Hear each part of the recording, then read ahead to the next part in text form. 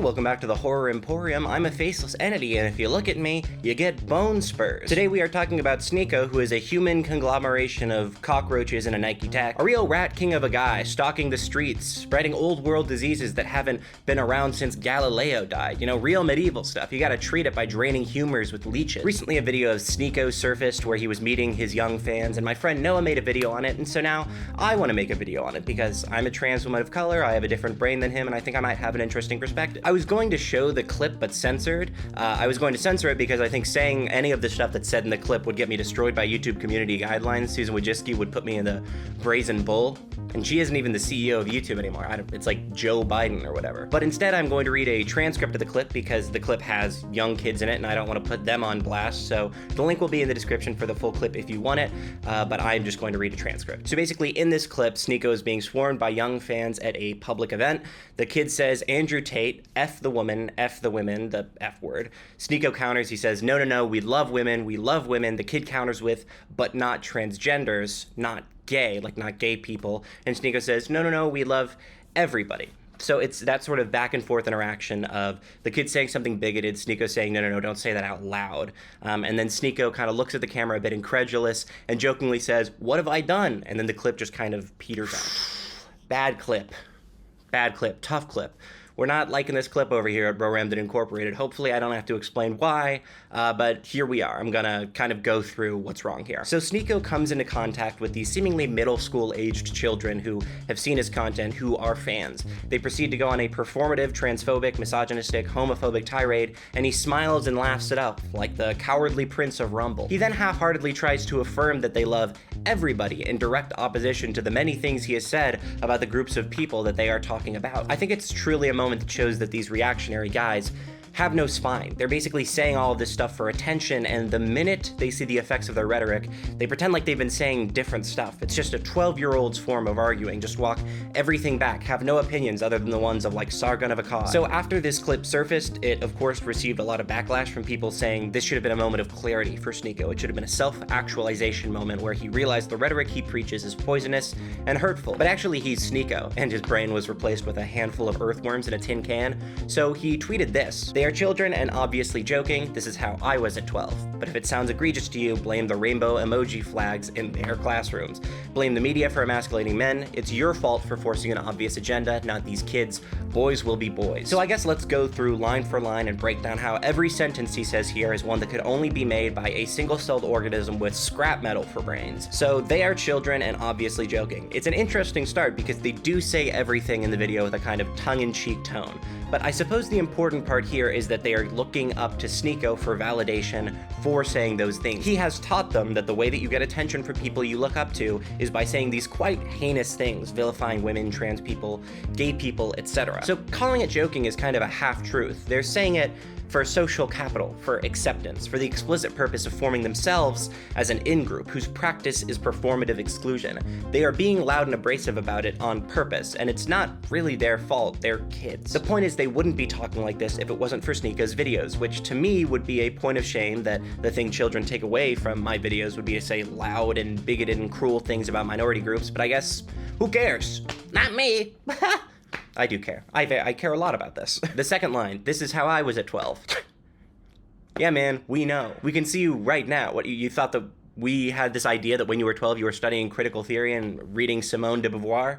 No, you were ripping Beyblades and saying racial slurs. We get the general picture from you right now. I would have thought you were worse when you were 12. The fact that you didn't warp space-time to be at the Capitol on January 6th at the age of 12 is proof that maybe I think of you too lowly." The next line, "If it sounds egregious to you, blame the rainbow flags in their classrooms, blame the media for emasculating men." It's a total non sequitur. He had all of his alt-right friends write down random talking points and put them in a bingo cage, and then he just pulled the first ones. Well, actually, these kids hate women because you're gay. Are you 4 years old? So this is a classic argument. The idea that people are being alienated from progressive movements because we are going too far. We are stretching the ideas of progressivism, of inclusion, too thin. And that in our radical approach, there are conservative thinkers, or in Sneako's world, normal people, who aren't willing to see our perspective. That just isn't true to me, because generally respecting women and trans people and gay people should not be a political issue.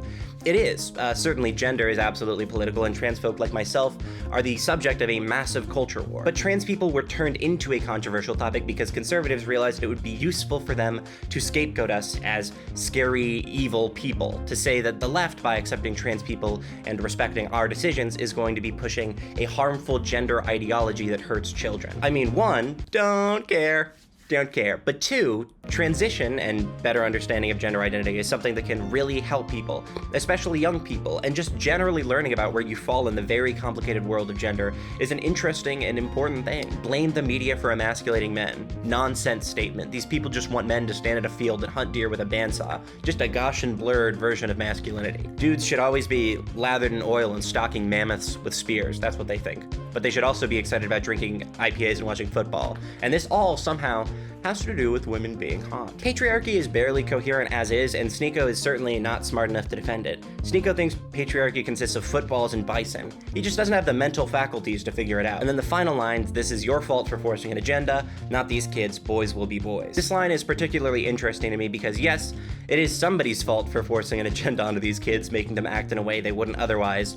It is yours, Sneako. Immediately shirking the blame of your own influence is unfathomably cowardly, but it also shows that Sneako is compulsively dishonest and unwilling to critically examine his own worldview. Even the actions of the people who are parroting him, saying the exact things he is saying, those are somehow the fault of his nebulous, ever-shifting opposition of gay people. Now, the title of this video, unless I've changed it, is Sneako and His Horrible Fans.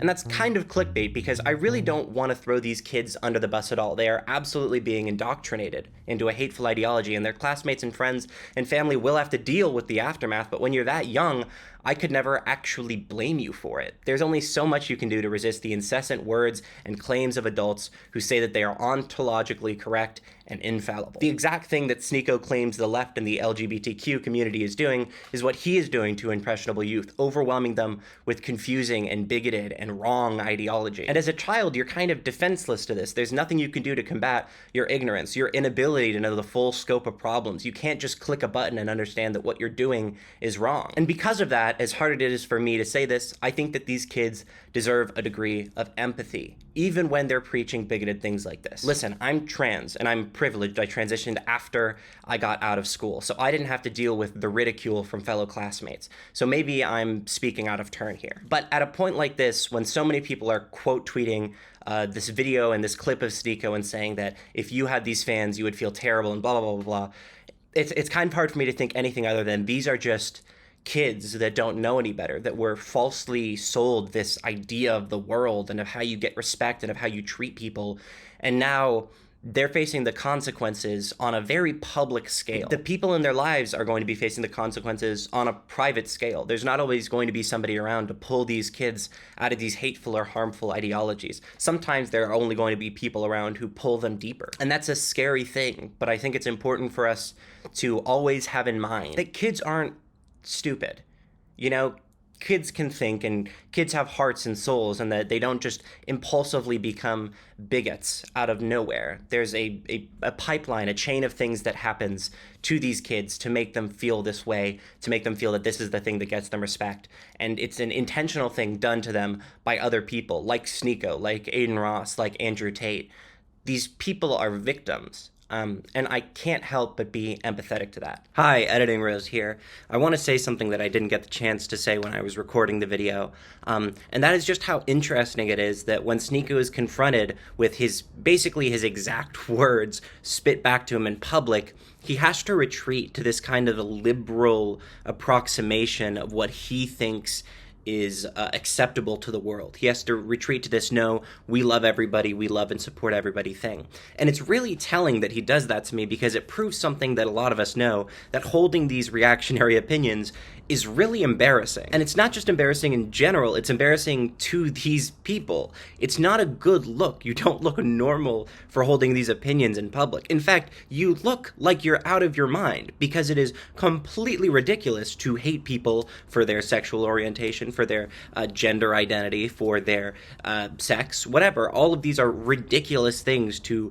dislike or oppress people for. And it is embarrassing to, in public, be assaulted with that information. So Sneako, definitely a conservative nut, has to retreat to this like almost sort of liberal, we love everybody, we don't discriminate, we don't judge on any bases, you know, we're totally open. He has to retreat to this ideology to save face because it's so embarrassing that somebody's actually talking to him about what he believes, about what he preaches, the hate. All right, back to the video. So that's kind of all I had to say on this clip. Short video for today, but I didn't really want to extend it by talking about a billion different things. I just wanted to touch on what's happening. If you like the video, if you really want to support what I do, my Patreon is patreon.com/RoRamden. All of my social medias are RoRamden, Twitter, Instagram, TikTok, etc. You can go follow me there. But thank you for listening to my thoughts on this clip of Sneako. It's something that is really like shaken me a little bit. My friend Ben sent it to me. He texted the clip to me right when it came out, and I watched it, and it kind of washed over me. You know what I mean? It sort of doesn't hit you what these kids are saying, and then, you know, it kind of washed over me that it's not their fault that that these things are being taught to them, that hatred is taught, that these people will not, you know, hate us for no reason. And, you know, his tweet response to this, basically shirking all responsibility, I thought was weak and pathetic. So I wanted to talk about that. That's all. Thank you so much for watching. Be kind to yourself and be kind to others. Take care of yourself and take care of others, especially in this terrible political climate. Take care of trans people. Take care of gay people. Take care of marginalized people and women. And that's all I got to say. Bye.